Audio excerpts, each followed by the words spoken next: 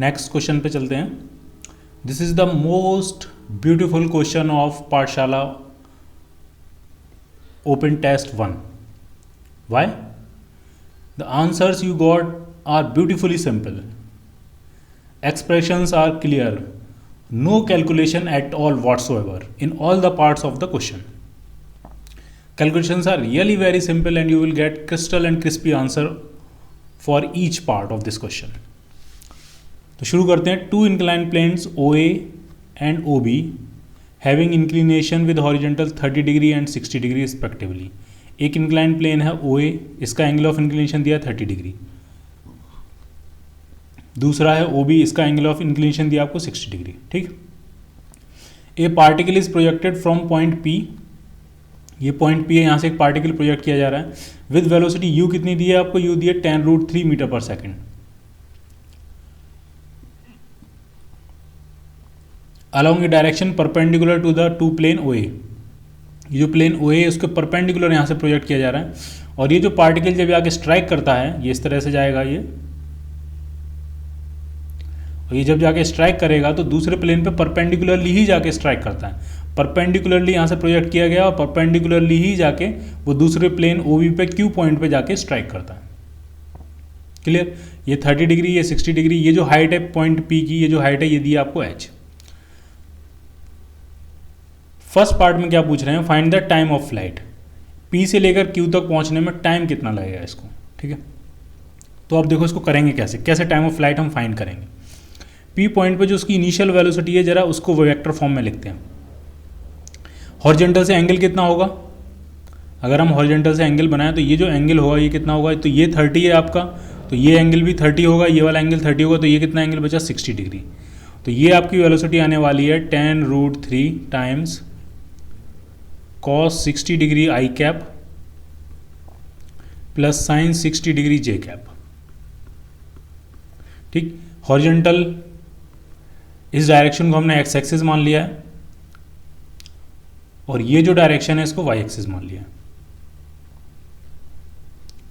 ठीक है. इसी हिसाब से हमने ये एक्सप्रेशन लिखे. ठीक है. तो इसको थोड़ा सॉर्ट आउट करते हैं. तो ये cos 60 होता है आपका हाफ, साइन 60 होता है आपका √3/2. तो ये बन जाएगा आपका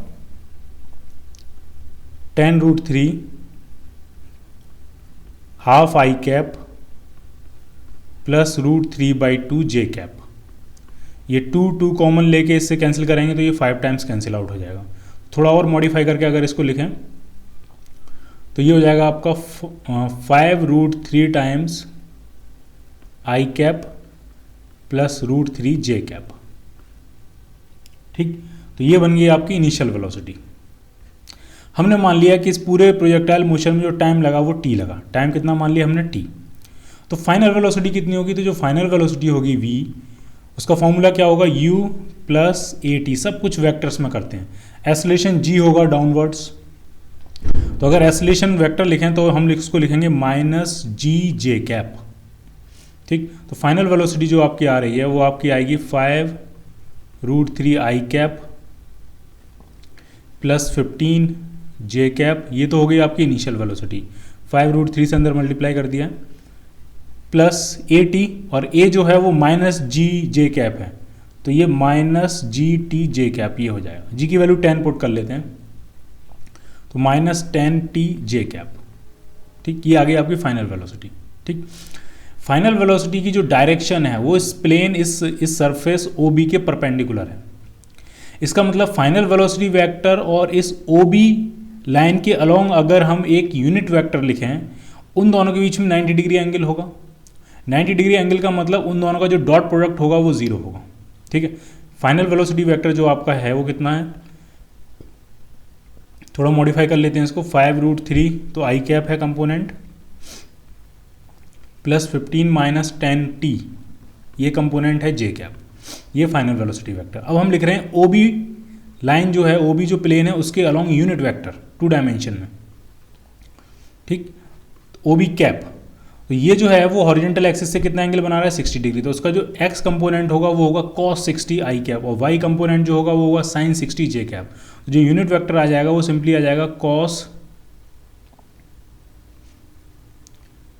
60 i cap plus sign 60 J cap.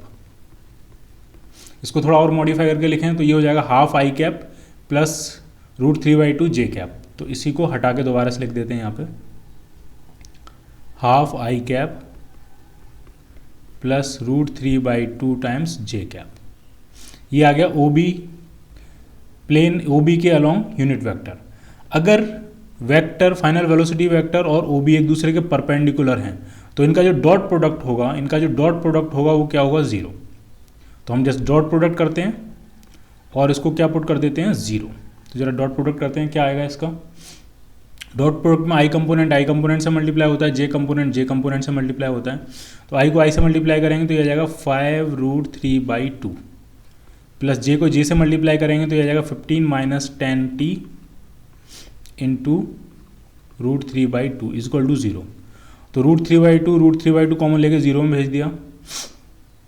5 + 15 हो जाएगा 20 - 10t इजक्वल टू 0। तो t यहाँ से 2 सेकेंड्स आ जाएगा।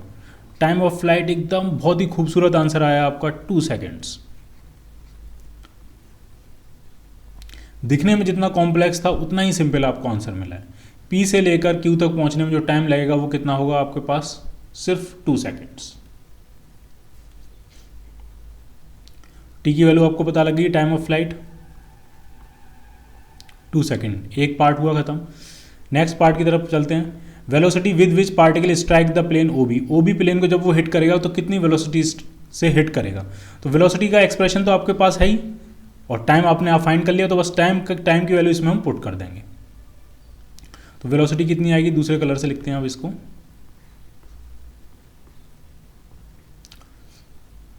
इस तरफ करते हैं इसको।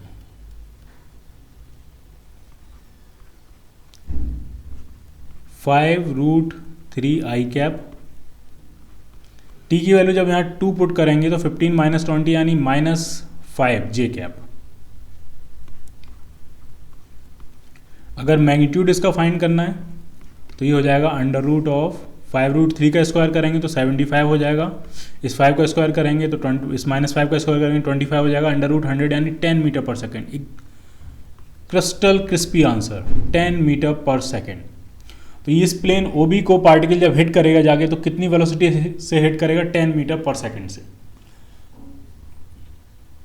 क्लियर। अब जरा सी की तरफ चलते हैं, नेक्स्ट पार्ट की तरफ चलते हैं। Vertical height h of P from O। ये हाइट कितनी होगी ये आपसे पूछा गया है। ठीक, ये हम कैसे फाइंड करेंगे वो आप जरा ढंग से देखो। 2 सेकंड में वो यहाँ से लेकर यहाँ तक पहुँच रहा है, तो हम ये देखेंगे कि 2 सेकंड में उसने हॉरिजॉन्टल डिस्प्लेसमेंट कितना लिया है और वर्टिकल डिस्प्लेसमेंट कितना लिया। ठीक, हॉरिजॉन्टल और वर्टिकल दोनों हम फाइंड करेंगे। ठीक है, तो इस पॉइंट को कुछ नाम दे देते हैं R, इस पॉइंट को कुछ नाम दे देते हैं S। तो हम PR फाइंड करेंगे और RQ फाइंड करेंगे। तो आप देखते जाओ कैसे फाइंड करने जा रहे हैं इसको। X PR कितना उसने लिया है, तो हॉरिजॉन्टल वेलोसिटी में कोई चेंज नहीं होता। हॉरिजॉन्टल वेलोसिटी कितनी थी, वो ये थी।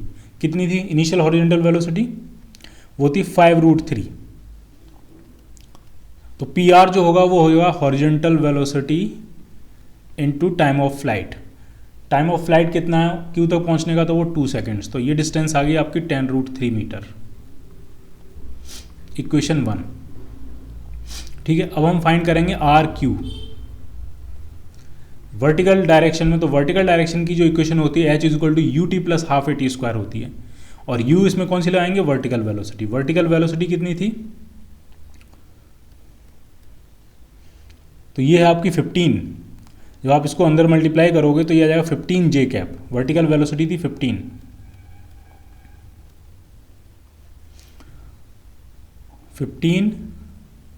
Into time of flight 2 - ½ GT²। Half G की वैल्यू 10 लेते हैं, इंटू 2 का स्क्वायर 4। तो ये हो गया 30 - 20 10 मीटर। 30 - 20 10 मीटर। RQ हमने फाइंड कर लिया, इक्वेशन 2। यानी इन 2 सेकेंड्स में उस पार्टिकल ने कितना हॉरिजॉन्टल डिस्प्लेसमेंट लिया, कितना वर्टिकल डिस्प्लेसमेंट लिया, वो हमने फाइंड कर लिया। ठीक है, अगर हम RS फाइंड करें तो कैसे फाइंड करेंगे, RS, ये RS। तो ये एंगल अगर 60 डिग्री है तो ये वाला एंगल भी कितना होगा आपका, 60 डिग्री। आपने RQ ये फाइंड कर लिया 10 मीटर, तो ये कितना होगा, तो हम लगाएंगे 1060। 1060 इज इक्वल टू हो जाएगा 10/RS। तो RS मिल जाएगा आपको 10/1060 यानी 10/√3। कैलकुलेशन आप खुद करो तो ज़्यादा बेहतर है। ये आपने RS फाइंड कर लिया, इक्वेशन 3। सारी वैल्यूज हम फाइंड करते जा रहे हैं। अब आपने RS फाइंड कर लिया, आपने PR फाइंड कर लिया, तो क्या हम PS फाइंड कर सकते हैं? PS, तो PS जो होगा वो हो जाएगा PR माइनस RS। PR आपका आया था 10√3 और RS आया है 10/√3। तो अगर हम √3 एलसीएम ले लें यहाँ पे, तो ये हो जाएगा 30 - 10 यानी 20/√3। हमने PS भी फाइंड कर लिया, इक्वेशन 4 PS फाइंड कर लिया। ठीक है, अब आप जरा देखो PS को हम H के टर्म्स में लिख सकते हैं। कैसे? अगर हम यहाँ से परपेंडिकुलर ड्रॉ करें, इस पॉइंट से इस तरह से परपेंडिकुलर अगर हम ड्रॉ करें, इसको अलग से बना लेता हूँ मैं। ठीक है, थोड़ा बड़ा सा डायग्राम बना लेते हैं।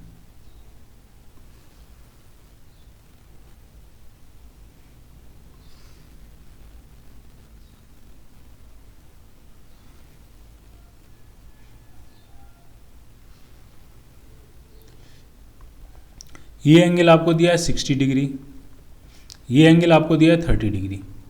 ये जो पॉइंट है वो है P, ये जो पॉइंट है ये था S, और P की जो वर्टिकल हाइट है यही आपको फाइंड करनी है और इसको नाम दिया H।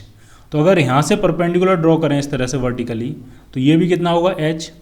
ठीक, ये एंगल 60 डिग्री है तो ये वाला एंगल भी कितना हो जाएगा 60 डिग्री। ये एंगल 30 डिग्री है तो ये वाला एंगल भी कितना हो जाएगा 30 डिग्री। और इस परपेंडिकुलर को, ये पॉइंट O है, इसको नाम दे देते हैं M।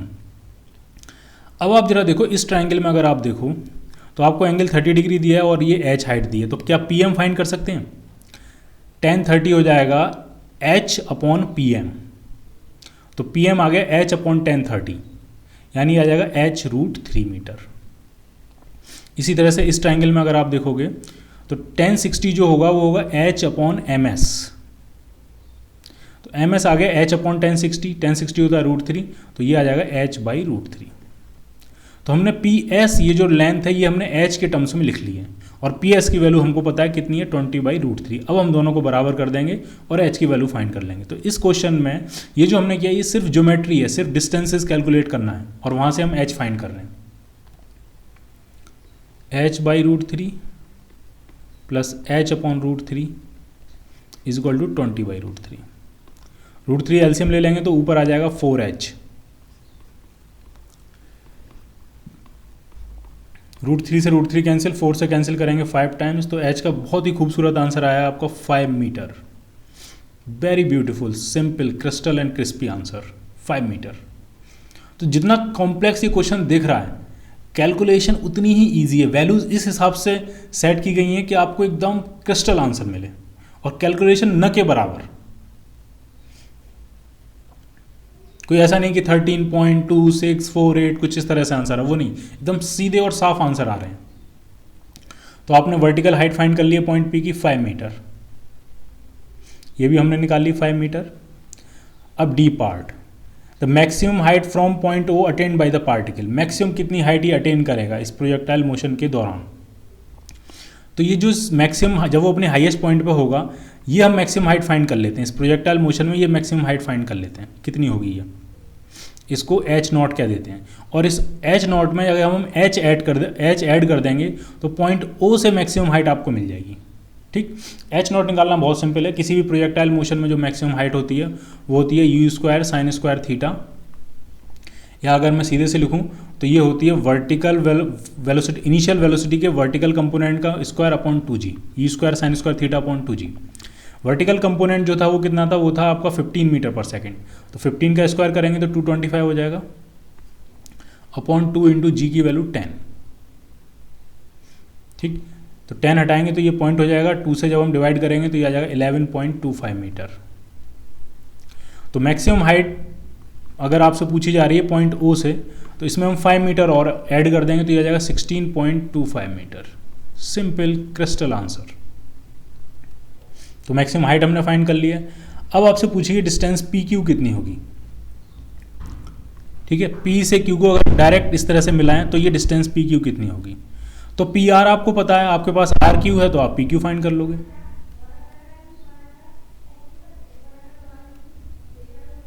ऊपर ही करते हैं इसको। तो जो पी क्यू डिस्टेंस होगी वो हो जाएगी under root of P R square plus R Q square. कितनी आने वाली है? पी आर जो आपका आया था वो ये है 10√3 और क्यू आर जो आई थी वो 10 मीटर आई थी।